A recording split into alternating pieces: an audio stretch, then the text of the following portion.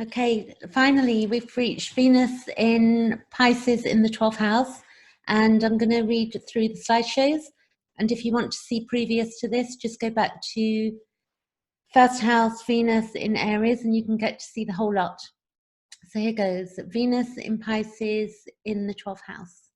And what we have is that Venus has an inner nature and an outer natures, and in the way in which it's the way in which we hear our own voice.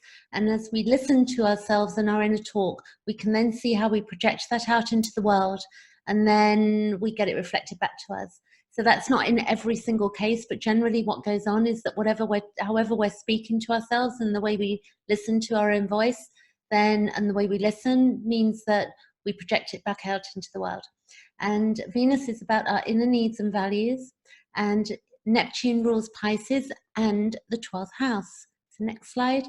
Big question is, how do I talk to myself? So if we can get to objectify that, then what's going to happen is that we're going to be able to evolve dispositions that are not working for us anymore. And a lot of our conditioned stuff, through childhood, doesn't work for a lot of us as adults. So objectifying means that we get to look at it all and take the emotion out of it and really look to see what works for us and what doesn't. So how do I talk to myself? Big question. What I'm going to show you now, here's my chart, and if you can see my mouse, the cursor, you can see that the sun, I have my sun in Gemini, moon in Gemini, Mercury, Taurus, and then Venus in Aries. So if you see here, I've got Venus in Aries. Aries is my 5th house, and it's intercepted, but I have 18 degrees of Aries, and I have Venus in my 5th house. So what happens is, it means that you look at two things here. So I'm looking at my Venus in Aries, and then I'm also looking at my Venus in Leo, or the 5th house. And that's how I get a bigger picture of what I'm doing with my Venus and how to remedy it as well. So next slide. A natal chart represents our potential. It also represents what we have been and where we are at and what we can become. We do have free will, and knowing this means we get to make choices. It's really important we understand that in astrology, that nothing's written in stone, that we have free will, we have choices we can make each day. It is important we look at the totality of a chart, and in evolutionary astrology, the baseline used is Pluto and the North Node and the South Node. And then we look at the planetary rulers of the North and South Node as well, and the polarity to Pluto in evolutionary astrology. So here, Venus in Pisces, ruler is Neptune. So here we have a pattern to want to create and know the ultimate meaning of life. There may have been disillusionment and meaninglessness. What plays out is a mind that sees nothing as being real, and reality is skewed. They may not know who they are or who they are meant to be. It's like a loss of self-identity. There can be feelings of guilt and denial. This can play out in the unconscious, and it can be acted out. An example, one feels guilt, then acts out, and guilt then becomes a reality. This can create negative feelings, as one can feel false or like a fake and not know why. So this would be like being in a play and playing a part. There can also be victim consciousness here that can be played out in one's life. The idea one is weak and powerless creates a self-fulfilling prophecy. Here, there can be behaviors where no efforts are made and a lack of motivation to excel and get real. Not taking personal responsibility can attract others who have none, and these relationships can be masochistic and involve sadomasochism. If we allow another to take care of us, we can be at their beck and call and have no directed life of our own.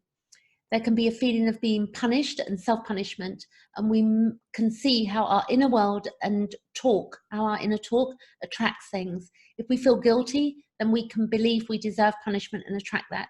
So this is deep stuff, astrology. So, none of this is, about negativity. It's about positively looking at the archetypes and understanding what a house means. And then, clearly we're going to integrate the whole chart anyway. But we all have dispositions that we've come in with, and then also that we've experienced through our childhood. Going on, there can be feelings of anger and a feeling of having sinned just for being alive. These beliefs are quite patriarchal and come through religious dogma. So we can think about that. It comes through the, it can come through the church or religious dogma, or, dogma in spirituality of not being good enough and damaged goods, and or wicked and sinful. It must be noted that beliefs can be unconscious, and until we gain self-knowledge, which is key here, self-knowledge, and objectify, we keep playing the same roles. We all do this. This isn't just, we've all got Pisces in our chart somewhere, but this is Venus in Pisces. So then also the idea of God's will can be a form of punishment, leading to no responsibility for self. Not having a set of our own values and healthy beliefs can also lead to deep loneliness and feelings of separation, and the feeling we have no say and have to contend with our lot.